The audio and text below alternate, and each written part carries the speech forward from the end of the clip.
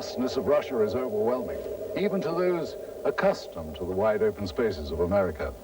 Huge tracts of eastern Russia are still uninhabited, and it was in just such a region, remote and far from civilization, that something profound happened nearly a century ago. In the desolate Tunguska region of central Siberia in 1908, something fell from the sky and exploded on the side of a hill. This event triggered an enduring mystery that scientists are still unable to adequately explain. There have been other well-known cases of UFO phenomena, but it was the Roswell incident that changed the way that government officials thought about UFOs. Researcher Paul Stonehill has done extensive work chronicling UFO sightings in the former Soviet Union. I would say that the most serious research was given the impetus by Stalin in the 1940s when he found out about Roswell. It was then that the KGB and the military separately had initiated studies of UFOs. The KGB, as far as we know, had never ceased studying them. This Soviet Air Force footage was obtained by a group of Russian ufologists. It was declassified by the USSR's Ministry of Defense just before Boris Yeltsin took power. What we are looking at is a view from the cockpit camera of a MiG-23 Flogger, scrambled to intercept two unknown targets.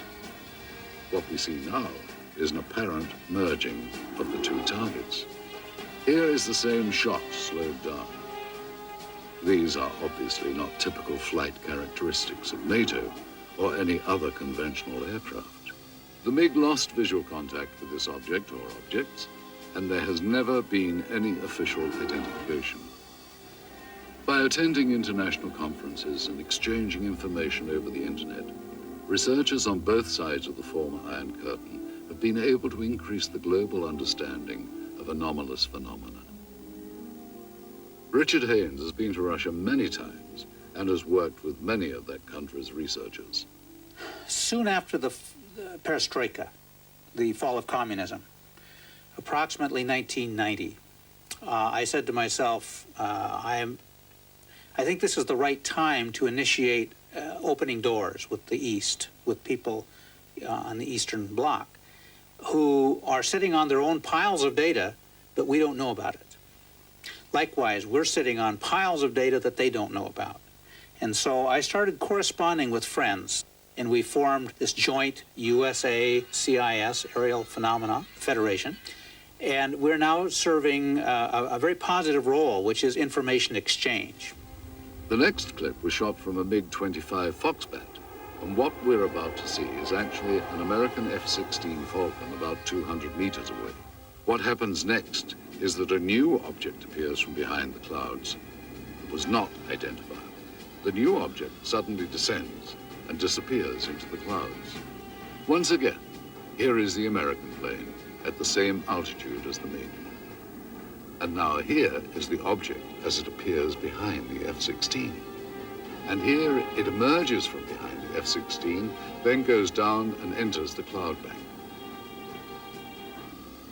As with all accounts or potential evidence of UFO encounters, researchers attempt to authenticate and verify related facts as much as possible. In general, the more spectacular the report, the more important the verification.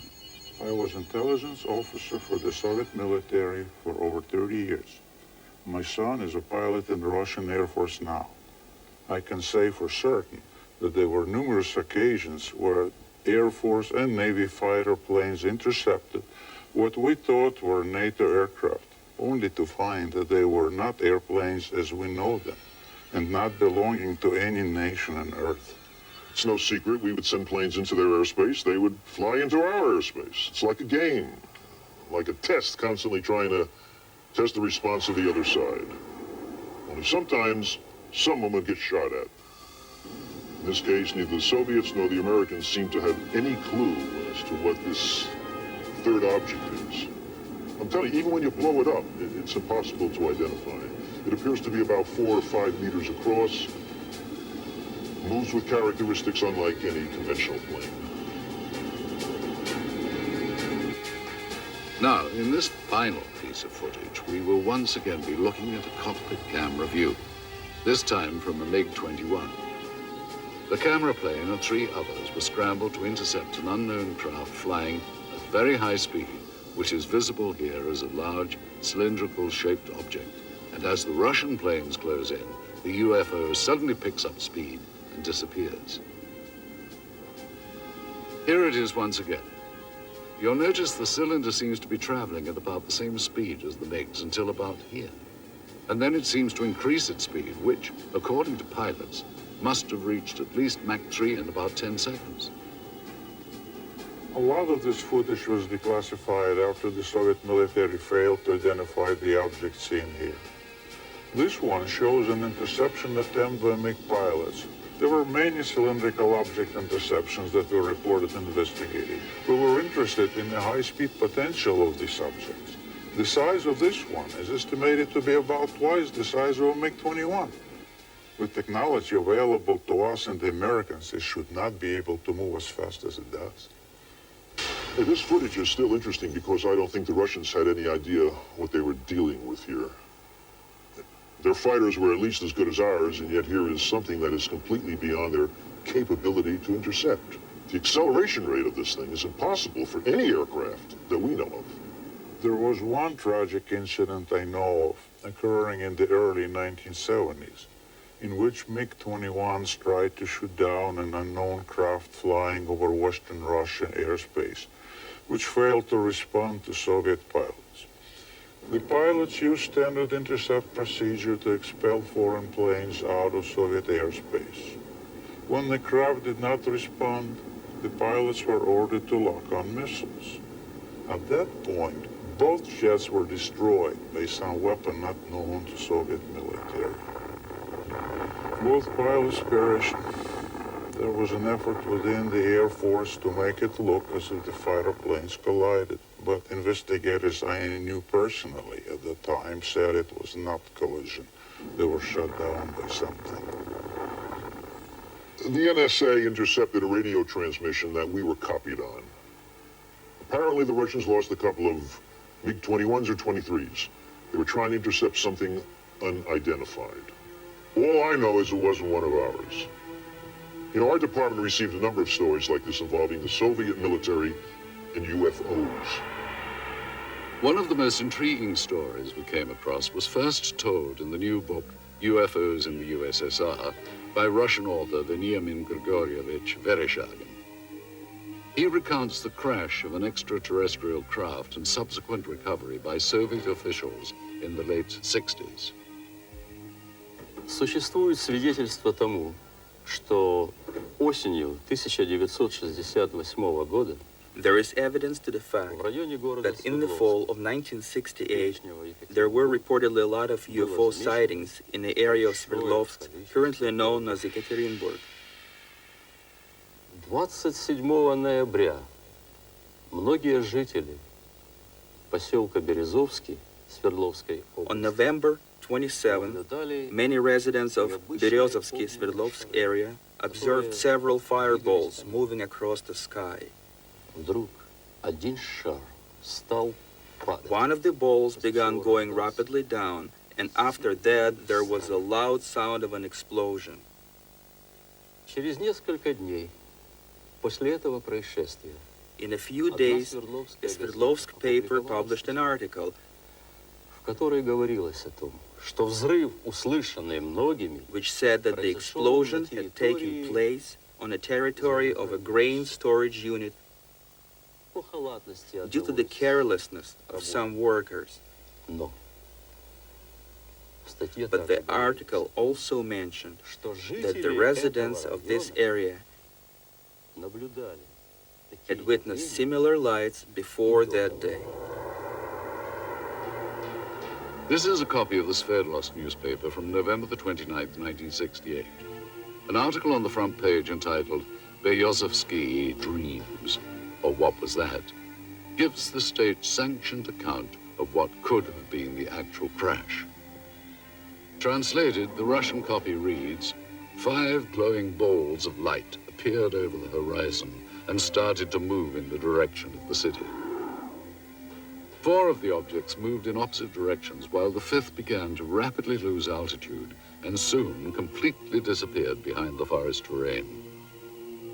Several seconds after its disappearance, there was a deafening explosion. And in typical Soviet fashion, the paper cites the official statement. The blast had taken place at the grain storage unit number 27. The explosion was caused by one of the employees who had violated the safety code, resulting in a charge of negligence. He was sentenced to restitution of the material losses suffered by the state. What helps make the account in Vereshchagin's book so compelling is the existence of several reels of film which seem to back up the story. While rumors of such film first began circulating some years ago, it was not until Vereshchagin led us to the black market dealer in possession of these materials that we got our first look at what could be remarkable new evidence. If this film indeed corresponds with Vereshchagin's story, what we are looking at is the scene of the crash site in Berezovsky as viewed by a camera on top of a military truck.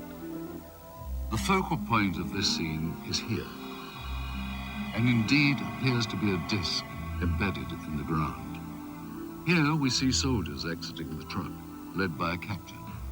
The troops are met by another officer, this one a major, and then they join other soldiers and officers already on the scene. This footage is one of 4 reels of film acquired during our investigation. The 2 groups that have, without question, been exchanging information freely are the Russian and Western ufologists. It's with a sense of full cooperation that much of the formerly sensitive information has surfaced. At one end of the spectrum are simple UFO sightings which are often accompanied by film or video footage. At the other end are accounts of actual contact with alien beings for which most bona fide researchers retain a healthy dose of skepticism. Interestingly, many psychiatrists and psychologists have placed considerably more credence in stories of alien abduction than ufologists. Though no such encounters have been officially reported in the former Soviet Union, and in spite of efforts by the government to deny their existence, documented cases do exist. Typically, the abductee reports seeing a blinding white light, usually hovering high above. These abductees have reported under hypnosis that they feel compelled to approach the light, as if they are somehow being drawn towards it. Some have reported seeing doors to the crafts actually opening for them. As with their reaction to the light, they feel compelled to walk through. Most abductees have not been able to describe the interiors of these crafts, other than recalling swirling mist and bright lights. Most reported alien abductions include harrowing accounts of medical experiments. Subjects describe an examination room of some kind. Many have reported strange probe-like tools being used on them, and they recall the frightening sensation of being examined, though simultaneously being unable to do anything about it. Typically, the abductees will then find themselves back where they were when they first saw the light, having no recollection of what just happened. Other times, however, upon checking their watches, they discover that several minutes have passed without their ability to account for it. They literally have lost time. Many abductees have their memories triggered by a mark found on their bodies, the kind they would associate with a needle or some other medical instrument. And not surprisingly, no such report has ever been verified 100%. And yet these stories continue to proliferate. Are these people really being abducted by aliens, or, as some now claim, by members of a secret government agency? The austere building behind me once housed what was undoubtedly the world's largest and most feared intelligence agency. Why would the KGB be so interested in what many consider to be science fiction? From the beginning of the communist era, the Soviet leaders relied on a strong secret police to act as watchdog and often executioner for their rule. This was not a new concept to Russia. During the rule of Tsar Nicholas, the secret police was everywhere, its agents spying on everyone. There were agents watching every train station, hotel, and theater. Shortly after the Russian Revolution, the first Soviet government approved the creation of their own secret police. It soon became a powerful mainstay of the Soviet system. To ensure the continuation of communist rule, the main domestic role of the secret police became to seek out counter-revolutionary views and ensure that those holding them were dealt with. After the death of Stalin in 1953, the secret police became known as the Committee for State Security, or KGB. As the Cold War heightened under Khrushchev, this was also the era that boasted the growth of the KGB's image as an international spy agency. Foreign espionage was at its height. According to Western authorities, the KGB managed to infiltrate every major Western intelligence service.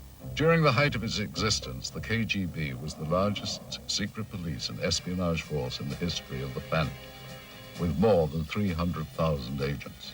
Its body consisted of 17 separate units charged with such concerns as counterintelligence, foreign espionage, and internal security. The division known as the Scientific and Technical Directorate was the unit responsible for the acquisition of top-secret technological information and materials, including those not originating on Earth.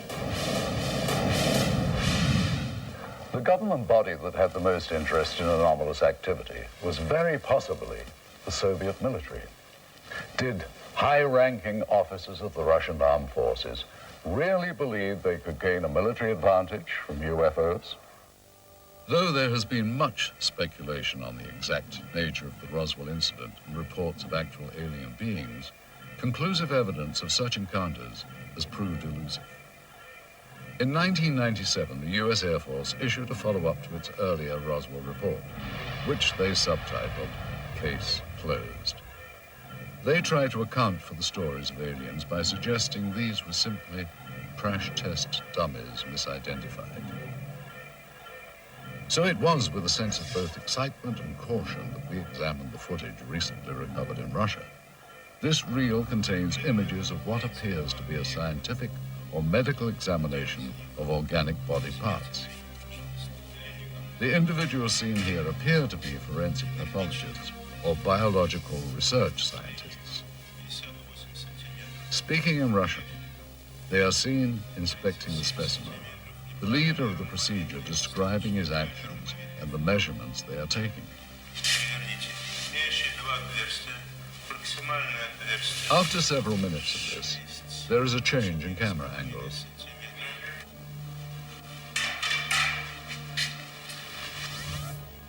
Now we see the specimen being more extensively examined.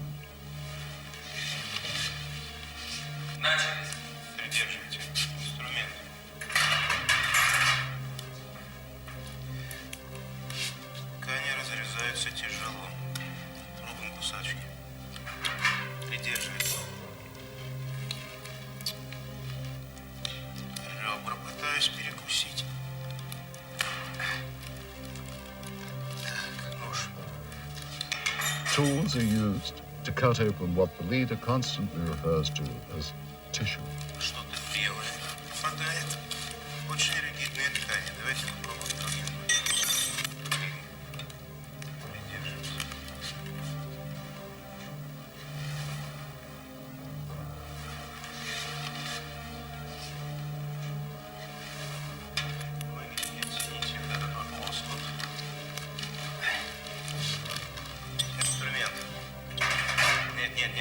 He also describes parts that are removed as resembling various organs. Записывайте, достаем внутренние органы, надрезаем похожую на клетчатку внутреннюю ткань. The camera angle changes again. And finally, the scientists are seen posing for the camera, holding up various samples of the dissection. If this footage is authentic, it represents one of the greatest scientific discoveries of all time. One must wonder where this film was shot and what happened to the specimens seen. If this is footage of a genuine scientific examination, what happened to the results? What did the Soviets learn, and what have they done with that knowledge? Did agents of the KGB have reason to keep this secret for so many years? Certainly there are more questions here than answers. Russian incident in terms of known crash recovered materials is the Dalnogorsk occurrence. Antonio Huneas agrees. It's the best documented crash because we do have the fragments. They have been analyzed. It was a small probe. It was not kind of a big object, but something crashed on a hill in Dalnogorsk in January of 1986. Witnesses described the object as a sphere of light streaking across the Pacific region north of Vladivostok. Investigators later recovered materials including balls of lead and iron, bits of glass and a fine mesh netting, all of which were tested and are proven to be highly enigmatic. The head of the research team concluded that the Dalnogorsk object was most likely an artificial space probe of non-terrestrial origin. Russia's best-known event, the Tunguska sighting, is sometimes referred to as the Russian Roswell. In the early hours of June the 30th, 1908, peasants of the Tunguska River area in central Siberia watched in disbelief as a glowing round object with a fiery tail streaked across the morning sky. The object crashed in a remote region of pine forest, exploding in a brilliant ball of flame. Residual firestorms lasted for weeks and destroyed an additional 10,000 kilometers surrounding the crash point. Although the event preceded the atomic bombings of Hiroshima and Nagasaki by nearly 40 years, the aftermath of Tunguska was frighteningly similar to that of the bombings in World War II. The result was the destruction of an area larger than that of Los Angeles or Moscow. Oddly, upon investigation some 20 years later, no impact crater of any kind could be found. Researchers have formed various opinions of what actually happened. The most common beliefs are that it was a meteorite fall, a ball of lightning, or an earthquake. Many have cited that none of these answers are possible, and that the phenomenon was more likely the crash of an extraterrestrial craft. It has been speculated that the governments of many countries throughout the world have been gathering information regarding UFOs. Nuclear physicist Stanton Friedman agrees. There's no question that military and intelligence groups overseas are collecting data, whether it's in Brazil or Australia or in England. So the KGB has collected information. I've talked to people who've gone to the Soviet Union, who have obtained some of that information. I have met a Soviet cosmonaut and other researchers over there. There's no question they're interested. And again, the republics which used to constitute the Soviet Union cover a huge area. They too were monitoring the skies because they were afraid the United States was going to bomb them. So when you monitor the skies, you pick up UFOs, no question about it. During the communist reign, there was no official admission of Soviet interest in extraterrestrial activity. It has been only recently that this fact has been confirmed. The former secretary of the Commission on Anomalous Phenomena, Alexander Petyukov, confirmed that an official state-controlled body did exist. В рамках этой комиссии, когда в силу своей деятельности она начала планомерный сбор информации. During the Soviet era, we started to regularly collect information from the public and received more than 15,000 reports. The thing is that the commission was an official public organization. It had an official address. Today, the mindset in Russia is far different from what it was during the communist reign. Under communism, they were told that UFOs didn't exist, but just the fact that they were told they didn't exist made people believe that they did exist, because The government was also denying. They were saying there was no crime in Russia and accidents didn't happen. You know, I mean, that everything was censored and giving this rosy picture, which of course people knew better. It was in a small house on a side street near the Academy of Medical Sciences. The British and American spies met with informants throughout the 60s and learned of one of the most bizarre plots in the world of intelligence. During my involvement for a period of at least 6 years, Soviet counterintelligence operatives played cat and mouse with Western agents in Moscow who were interested in our advanced technology programs. Some new weapons and propulsion systems were being developed, and the CIA was using any means to get information from anyone involved with the project. While I was in Moscow for a year and a half, I had 2 other agents and a guy from the British Secret Service. We routinely debriefed 2 Russian informants who worked for the Ministry of Defense. We would exchange hard currency for information on new military technology. Some of this technology was definitely related to UFOs. One way we often dealt with such incursions was to feed false information through double agents to give American and British bad leads. Well, we knew the Soviets were onto something after we started getting all kinds of smokescreen intelligence. That was a sure signal that they were hiding something. It was an indication that they had recovered something near Sverdlovsk. They were keeping it very secret. Senior research scientist Dr. Richard F. Haynes believes the Soviets had good reason to be interested in UFOs. It's my understanding that the Soviet military has had a continuing interest in UFO phenomena for very, very many years. And the reason being that their air traffic controllers, their radar sites, their military pilots had been reporting things just as ours had, and they had no explanation for them. And so the first possible explanation would be that it's a foreign nation test or espionage or something like that of a military nature.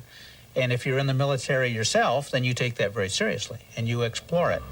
This film footage certainly seems to depict interest by Russian military personnel in the object that is seen sticking out of the ground. Soldiers, officers, and civilian-clothed agents are deployed around the site, and they appear to be both guarding and examining the object. Author Veniamin Vereshchagin describes the event. Весной же 1969 года рабочий местного совхоза In the spring of 1969, a collective farmer found some strange remains in the forest not far from Berezovsky и сообщил об этом. and reported that to the local security organs, Те, в свою очередь, who in their turn asked the neighboring military division of air defense troops, PVO, to provide assistance with the investigation. On March 1969, 2 KGB officers examined the discovery site and sealed it off. Вы знаете, в дальнейшем события приняли более такой масштабный характер. По просьбе КГБ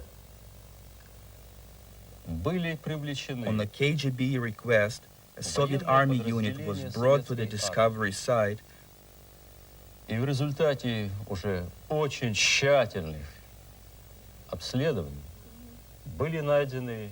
After close examination of the place, they found some wreckage debris of a disc-shaped object частично.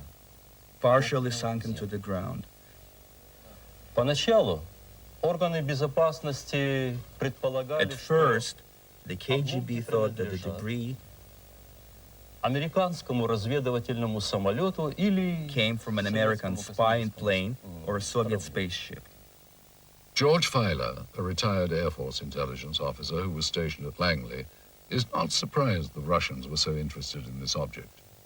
We found that the Soviets would pay to get information on UFOs as opposed to, we'll say, an F-111 aircraft, that they were, in a way, more interested in UFOs than some of our latest aircraft. And here you see the man who is probably the head KGB agent directing the cameraman to point his camera toward the disc.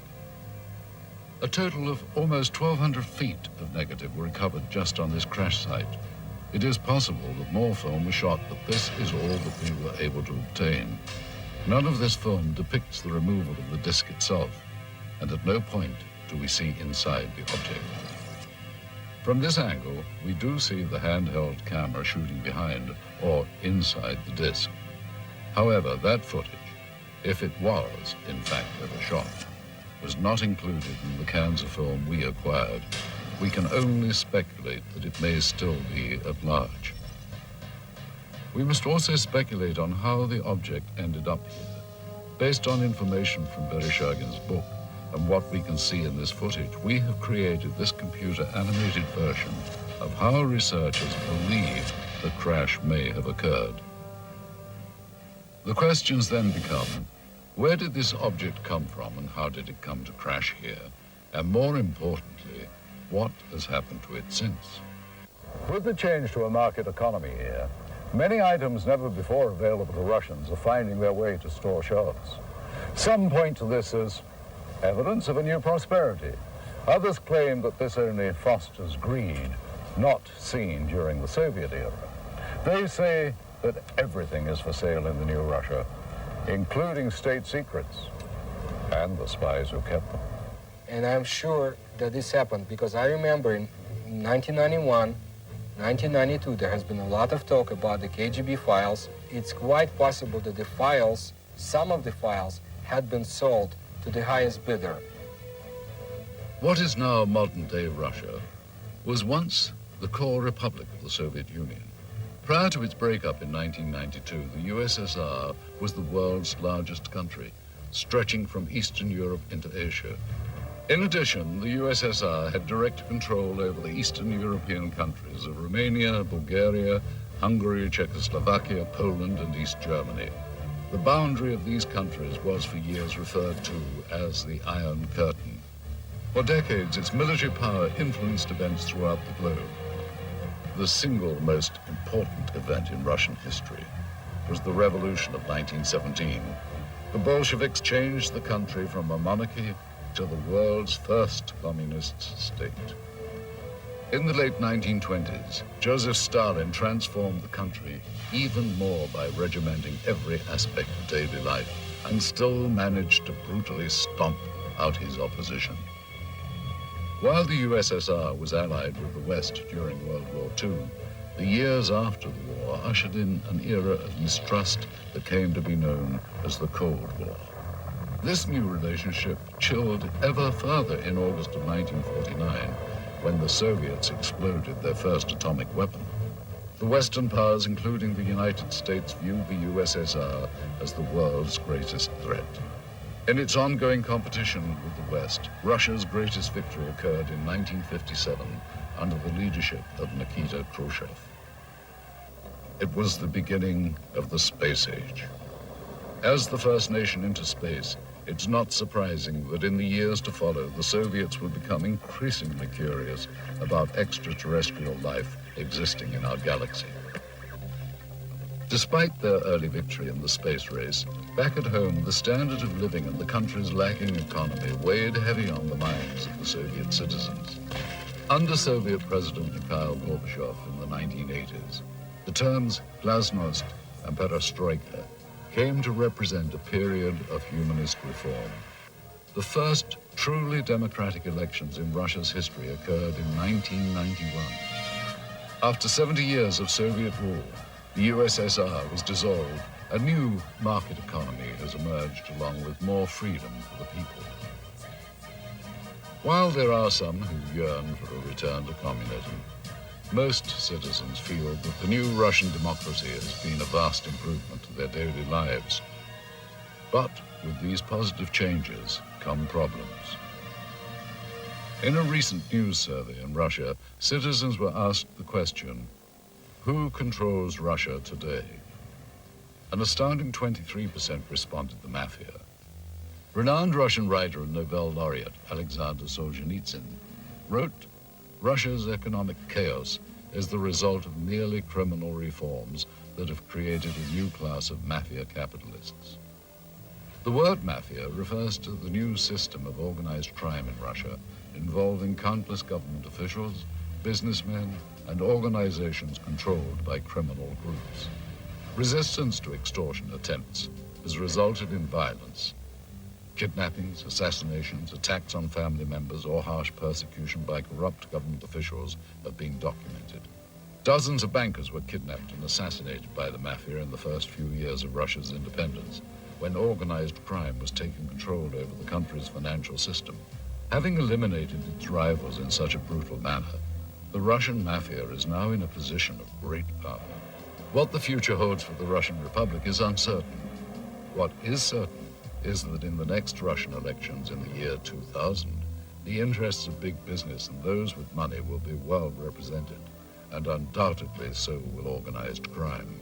Mafiocracy, as it has been called, might become the totalitarianism of the new millennium. With the collapse of the Soviet Union, many changes have come to Moscow and the rest of Russia. Gone is communism and the strict controls that once governed daily life here. Please understand, Russia has always been a secret society. Just recently, we found out that the secret police had kept records on UFO phenomena, and some of them had been released only recently. Some, not all, coming to light now. Case in point, the intriguing film footage we had acquired. Proof, some say, of alien visitation. Being that this material is of such sensational nature, we had many questions regarding its history. Little information was provided us by the black market dealer from whom the film was purchased. It is likely that such materials were kept stored in a holding facility, a vault beneath KGB headquarters perhaps, reserved only for those with the highest level of security clearance. Kept safe in underground storage for decades, the film was probably only handled by a select few who would have known of its existence. After the collapse of the Soviet system, there was a transitional period marked by confusion. Accountability to the old regime dwindled, and closely guarded property lay vulnerable to the changes sweeping through the crumbling Union. Those with connections under the old regime found themselves perfectly positioned to exploit the situation. There was a lot of chaos when the Soviet Union, disintegrated. In my opinion, at that time, it was very easy for an, agent with brains to get his hands on such files and sell them here. So it would be conceivable that documentation might be obtainable through similar sources to provide authentication of the film. Though most means proved to be ultimately unproductive, we found that with perseverance, money, and a bit of luck, it is possible to acquire classified Soviet documents. Using a hidden camera, we recorded numerous meetings over a period of months in which we attempted to obtain relevant materials. This transaction between one of our Moscow contacts, an interpreter, and a local black market dealer proved to be one of the more successful ventures. The location of this meeting is a textile factory in the Sokolniki district of Moscow. This office is that of the Russian entrepreneur who owns the plant and is used for both legitimate and illegal business. After introductions and some initial small talk, the American buyer asks the interpreter if the documents are on the premises. Are the documents here for the answer? Нет, он Баркер спрашивает, документы у вас с собой? Юра, ты мне задал сложную задачу. Достать такого рода документы было очень просто. Я понимаю, именно поэтому мы обратились к вам, потому что Федор очень рекомендовал вас там выучить. Конечно, я знаю нужных людей, знаю, как достать такие документы. Но это было сильно безопасно. Вот сейчас это here. Мы ценим это очень, и именно поэтому мы обратились к вам.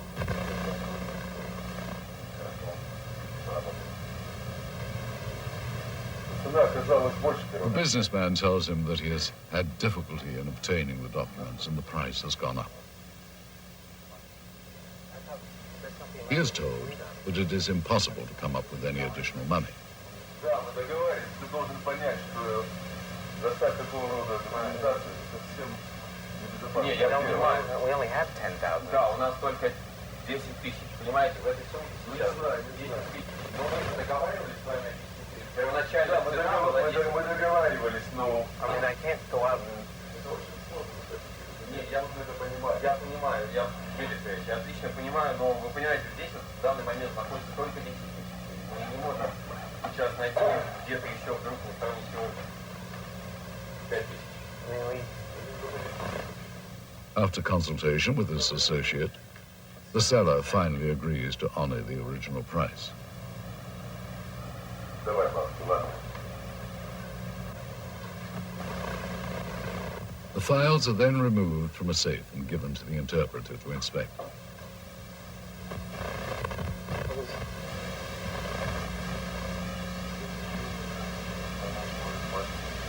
This is KGB?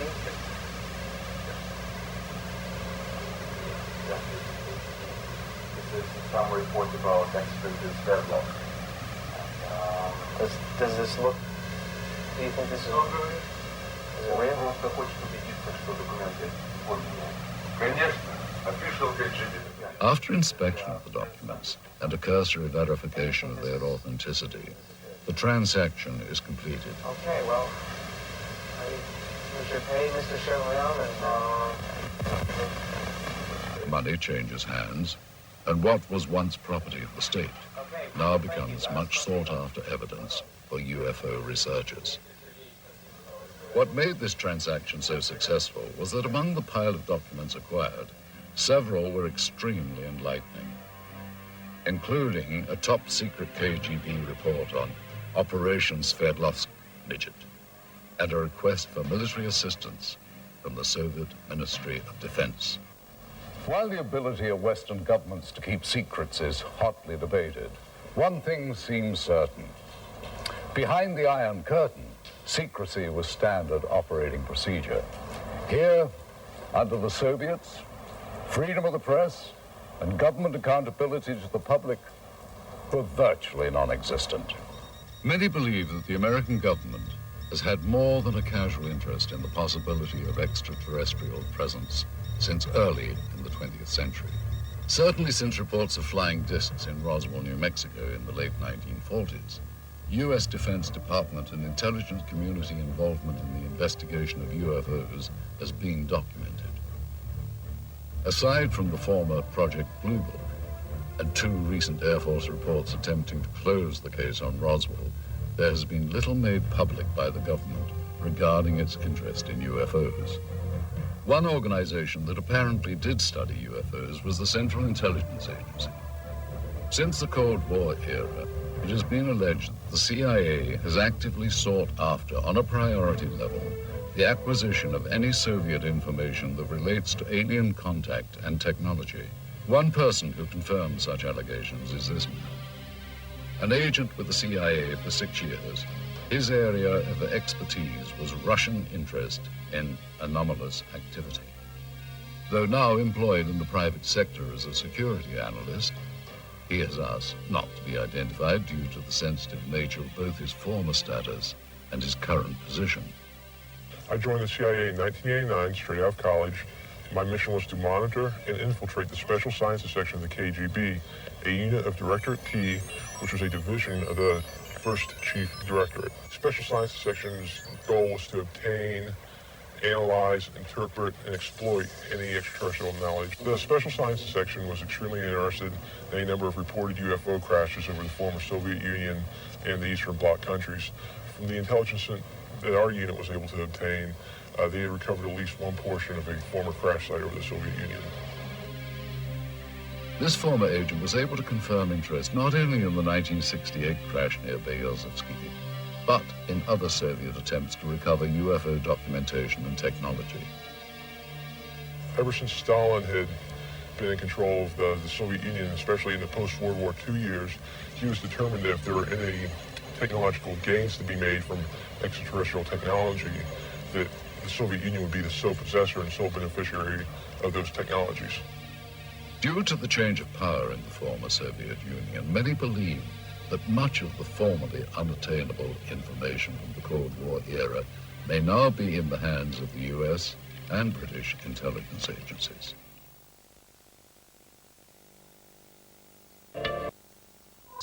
The US and Russia made many independent breakthroughs. However, some of the new discoveries on both sides were undoubtedly obtained through old-fashioned spying and subsequent reverse engineering. Since the dawn of modern civilization, obtaining a rival's technology and adapting it to one's own uses have been the cornerstones of military and industrial espionage. This practice of dismantling another's hardware, discovering its secrets, and adapting it has become known as reverse engineering. Since the infamous Roswell incident in 1947, it has been purported that the source of much modern US military technology has been not of this earth.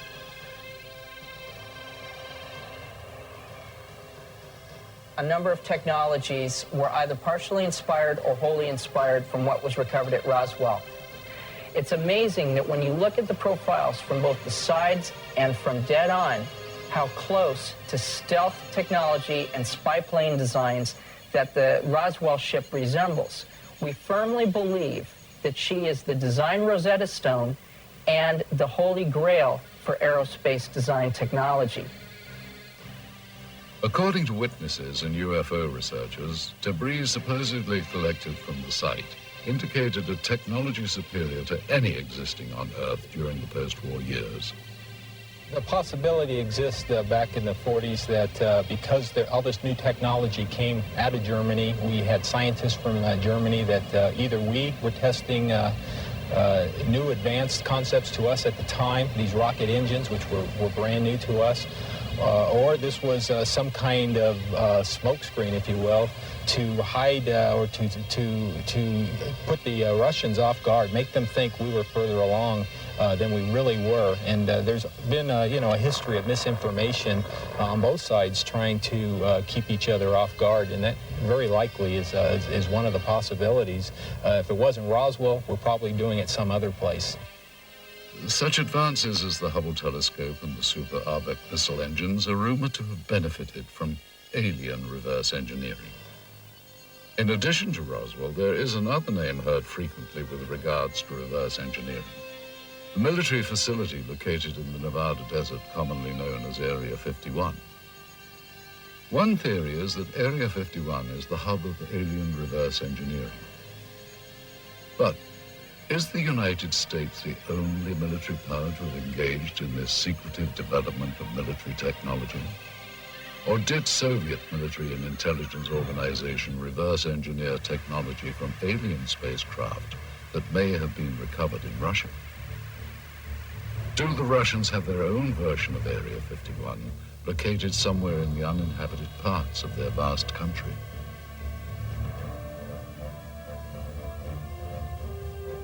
Did the KGB, in addition to their agenda of maintaining the hard and fast rules of the communist regime, add to their duties the manipulation of alien technology for the advancement of Soviet power?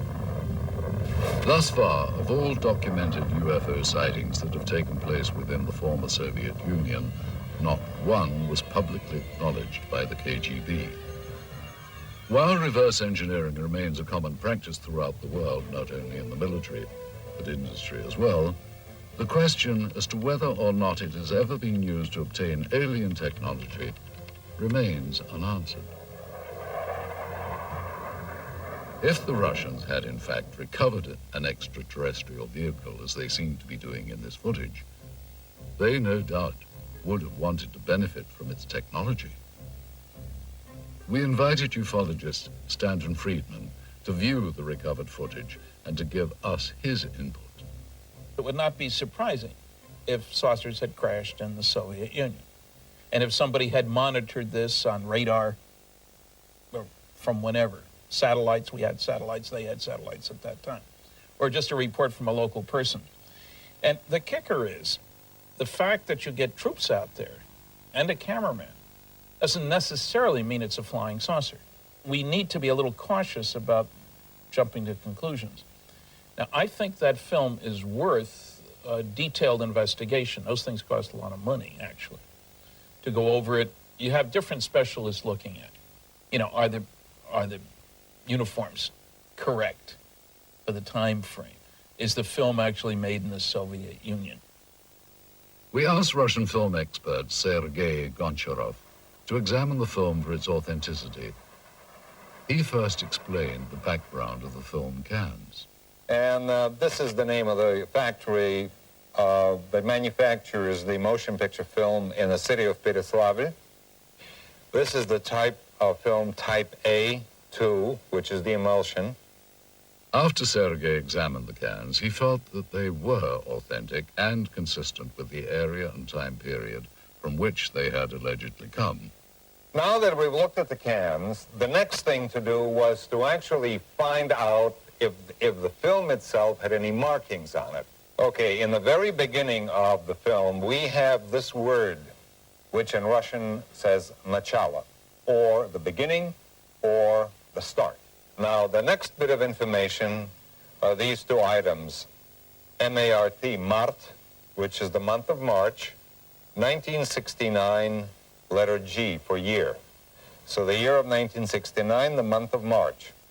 Okay, then we have the two bits of information which says plyonka number 267. Plyonka in Russian means emulsion or film, could denote the reel, the roll, or batch, and this, of course, is the number.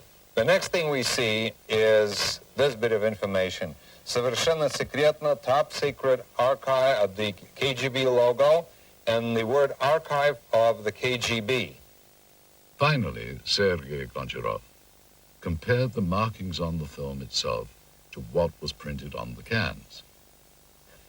As you notice right here on the edge of the negative, we have the word безопасная пленка, meaning safety film, and type A2, or type A2, which is exactly the information that you have on a can. Next, we showed the film to Russian researcher Paul Stonehill.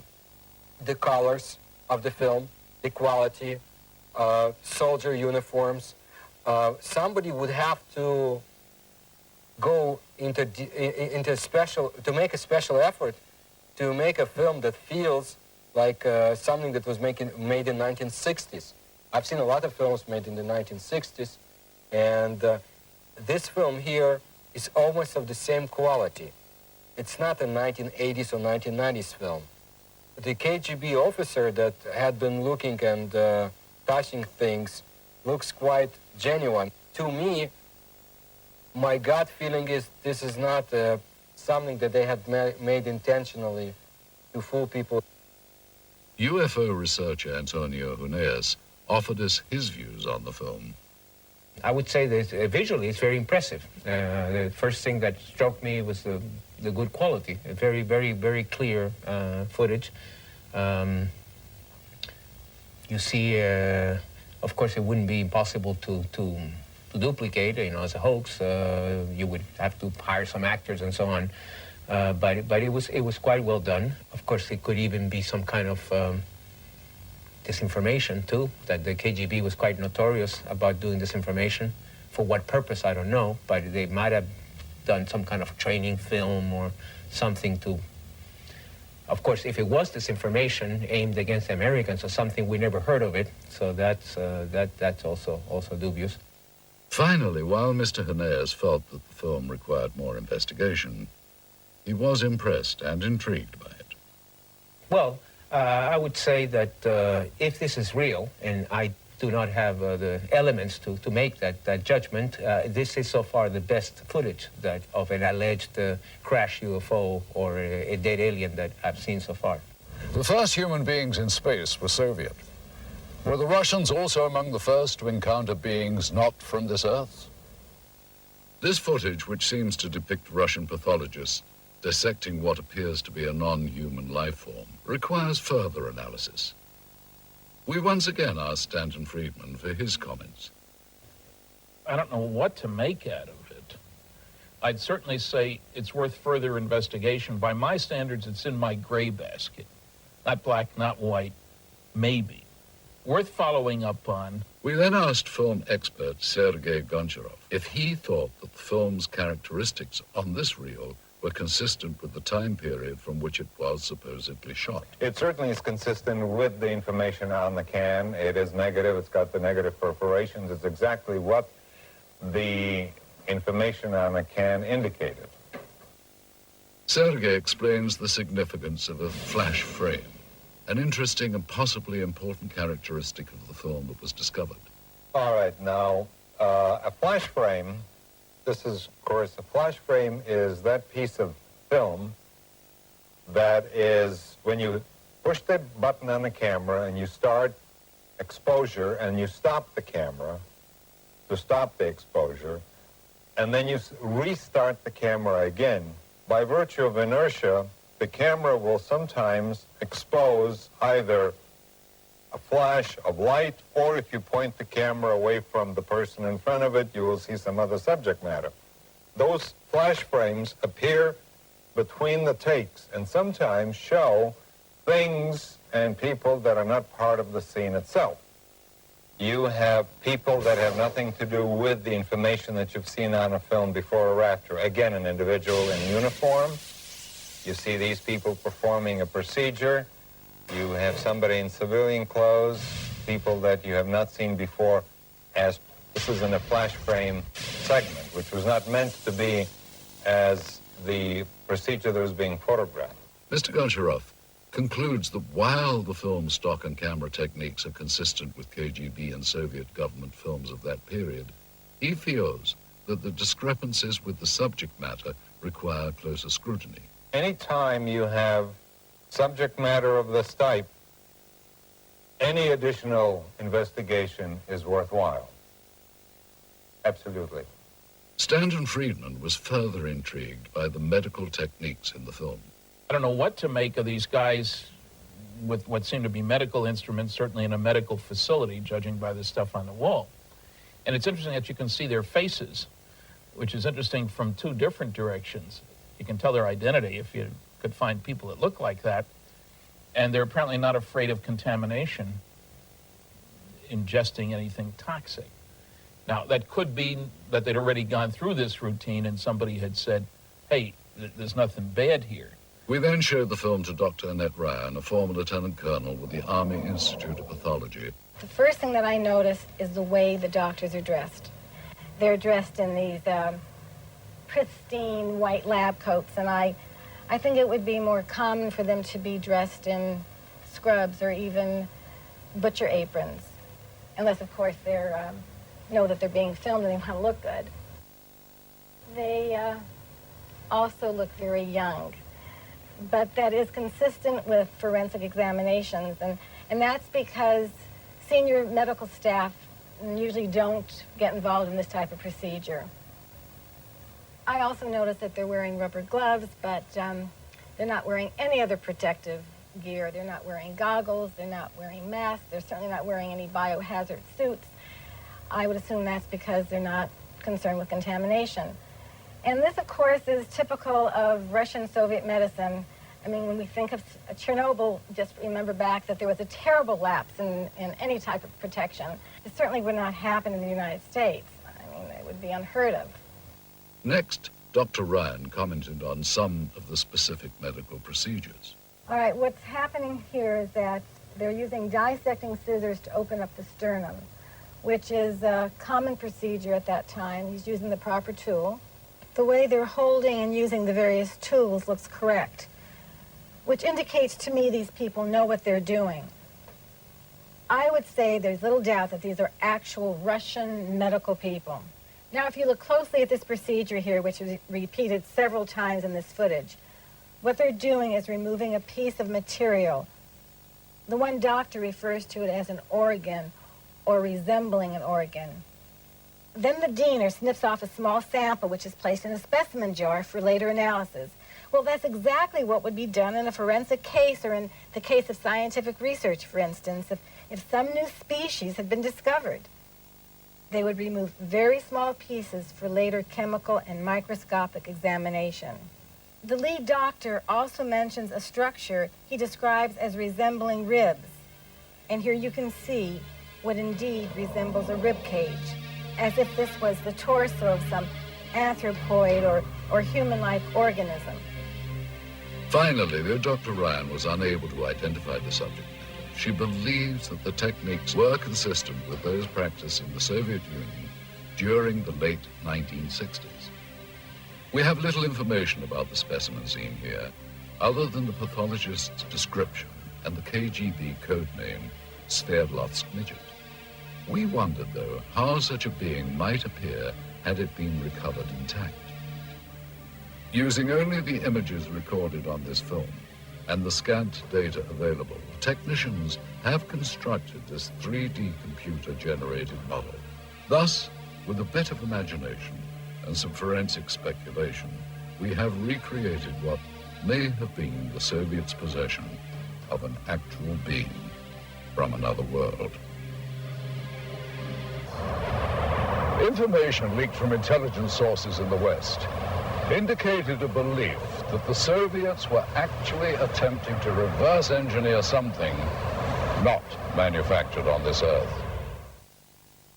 Whether we'll ever know the full truth about the supposed UFO crash in Berezovsky, one thing seems certain. If agents of the KGB or any other branch of the Soviet government did recover parts of a craft made by alien beings, they would have been extremely interested in examining all the materials very closely. No doubt Soviet scientists would have wanted to determine if the parts of the craft were truly of extraterrestrial origin. They would have inspected each piece down to the microscopic level and tested for various physical and chemical properties. And of course, they would have wanted to take advantage of any new technology they could gain from the recovered materials. И мы не можем расшифровать их физики. We are unable to solve the puzzle of their physics. Our physics is based on quantum mechanics. Theirs is based on parallel worlds, a different kind of paradigm, a different understanding of history. It is similar to the effect of a TV set or a video camera would produce on people in the time when Pythagoras lived. Pythagoras would not understand it. That is the gap between them and us. That's why, however hard our engineers or technicians would try to decode their technologies, they would fail.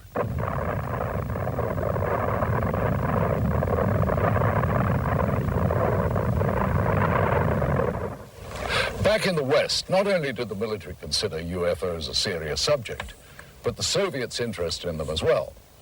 It seems that, in the beginning anyway, both sides thought that flying saucers were an invention of the other.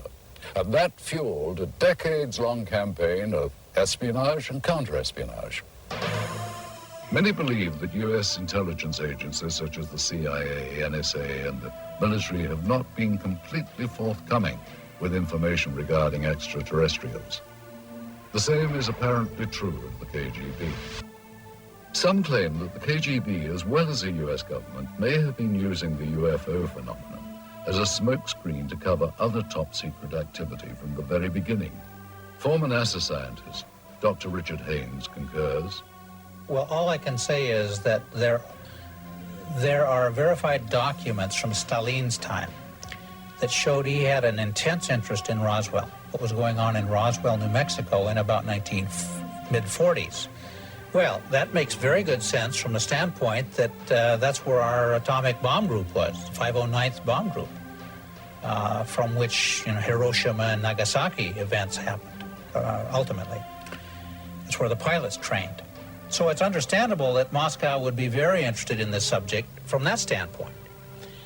If UFOs are a cover, they have been used very effectively by both sides. So it's to the convenience of the Russian government, Soviet government, to continue the charade. It can be considered a form of disinformation.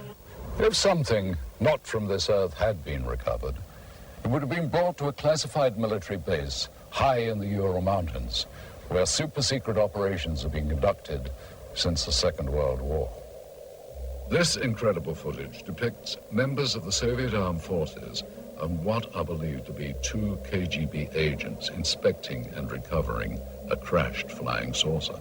Russian author Veniamin Vereshchagin has an idea of the final outcome of this operation. Насколько мне известно, Обломки аппарата. As far as I know, the debris and their organic parts were taken to Mytishi, Где предположительно были сделаны where the apparatus was disassembled, анализ analyzed, аппарата. and then back engineered. Неизвестно, что произошло с органическими As останками. for organic parts, Но я имею сведения о том, что они были перевезены в дальнейшем. I heard they were taken to Moscow. Для изучения. Но что What было happened после этого? afterwards, I don't really know. His story seems to be backed up in part by one of the people who claims to have been involved in the operation back in 1969. We found ex-KGB staffer Pavel Alexandrovich Klimchenkov living in seclusion in the Bryansk region of central Russia. He remembers the strange wreckage found in Beryozovsky. At first, everyone believed that those debris were parts of some novelty aircraft manufactured in the United States or England. But having done some measuring and material analysis, we came to the conclusion that none of the domestic or foreign manufacturers known to us could have produced this apparatus, at least not in the conditions existing on this planet. И вот тогда поступил приказ из Москвы. It was then that an order came to transport the debris to the base in Mytishi near Moscow. Together with several other officers, I was assigned to provide safety and security to these materials during their transportation. In attempting to verify the authenticity of this evidence, we have had the footage and the film itself examined by several experts. We also carefully studied the documents we had procured, which lent further credibility to what we had been told. Among the most telling was this top-secret KGB report specifically referring to Operation Sverdlovsk Midget and describing in detail the recovery operation at Beryozovsky. This document mentions the trashed disc, the organic remains, and the filming itself. There was also this secret order from the Soviet Ministry of Defense requesting assistance from military unit 67527. We looked closely at such elements of the footage as the uniforms and the arm patches worn by the soldiers. These patches seem consistent with the patch worn by such Soviet Army air defense companies as military unit 67527.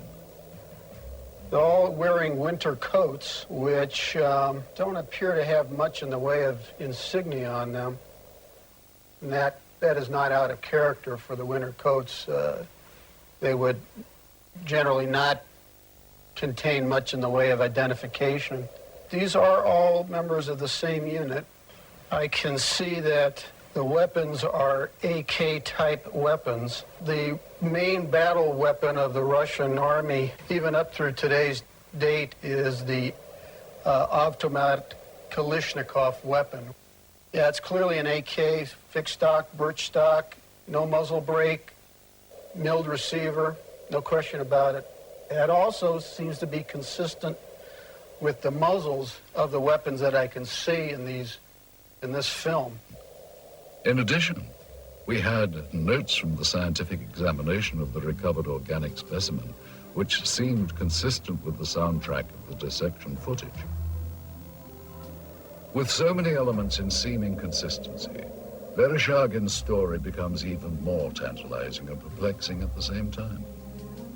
Is it possible the Russians actually recovered an alien craft and its occupant 3 decades ago? If members of the Soviet Army had knowledge of a supposed UFO crash, then what happened to these individuals? And if they can't be found today, why not? In the course of our investigation, our goal was to follow every lead, to search for every scrap of information regarding the incident so named Operation Sverdlovsk Midget. The tenuous paper trail we have reconstructed using recovered government documents led us eventually to a lab of the former All-Union Scientific Research Institute of Biology. In attempting to obtain records on the individuals depicted in the dissection footage, we turned up these additional documents. 3 death certificates, all dated March the 24th, 1969, within a week after records indicate the examination was performed. Cause of death for all 3, cerebral hemorrhage. Dr. Ryan told us that the odds of this occurring naturally are next to 0.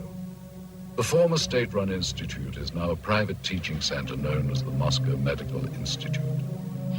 That this is the same facility as seen in the film footage becomes obvious with a comparison of such fixtures as the stonework tables and the distinctive tiling on the floors. The difference is that one-time experimental procedures have been replaced by routine anatomy lessons with plenty of hands-on experience. Secretive operations are now openly administered educational opportunities. But we did find in the basement of the building remnants of this facility's past, reminders of a time when procedures here were not open to the public or subject to public scrutiny. What were the Soviets experimenting on in decades past at the Research Institute of Biology? The answer to that question is still yet to be found. Indeed, many questions about the film footage and the alleged Operation Sverdlovsk Midget remain unanswered. Any extraordinary find, such as the apparent filmed record of a crashed spacecraft, or of what appears to be scientists examining parts of an alien life form, require further analysis. Yet it seems incredible that so many elements of this story from so many diverse sources appear consistent. The original account as told by researchers and witnesses, the recovered documents, and of course, the film. We have to ask, is this footage genuine? And if so, does it represent an actual case of alien visitation, or, as it has been suggested, was the footage created as part of a Cold War disinformation campaign? One other proposed possibility is that it was simply a military training exercise captured on film. Again, if it is a real UFO crash, where are the remnants? And what happened to the body of the alien being? With all that we have unearthed here, the big question seems to be, what is the significance of what are clearly some very profound discoveries?